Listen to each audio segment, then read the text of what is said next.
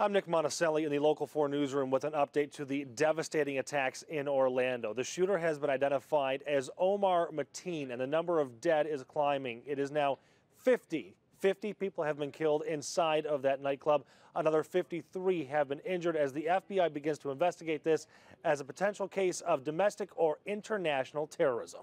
I don't know where my son is. No one can tell me where my son is. The pain and panic is unmistakable. The person behind this shooting walked into the Pulse nightclub just after 2 a.m.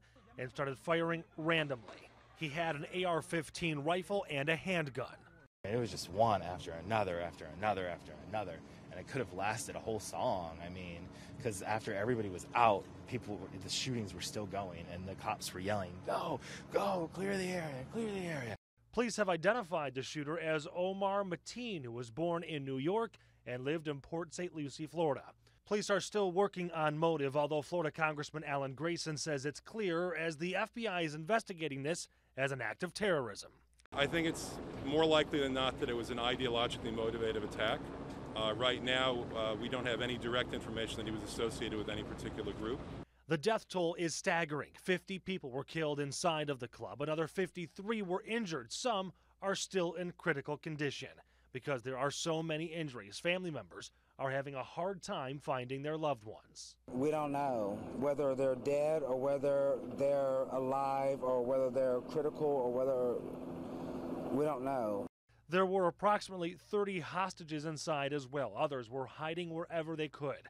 One sent text messages to his mother saying they were hiding in the women's bathroom. Those still alive were rescued when the SWAT team broke through a wall and killed Mateen. We are a strong, resilient community. Tonight, we had a crime that will have a lasting effect on our community. We need to stand strong. We need to be supportive of the victims and their families. Now, this nightclub, the Pulse nightclub, is a gay club in the city of Orlando, and the FBI says that could be a component to this, but as of right now, they are just looking at this as terrorism and not a hate crime. In the newsroom, Nick Monticelli, Local 4.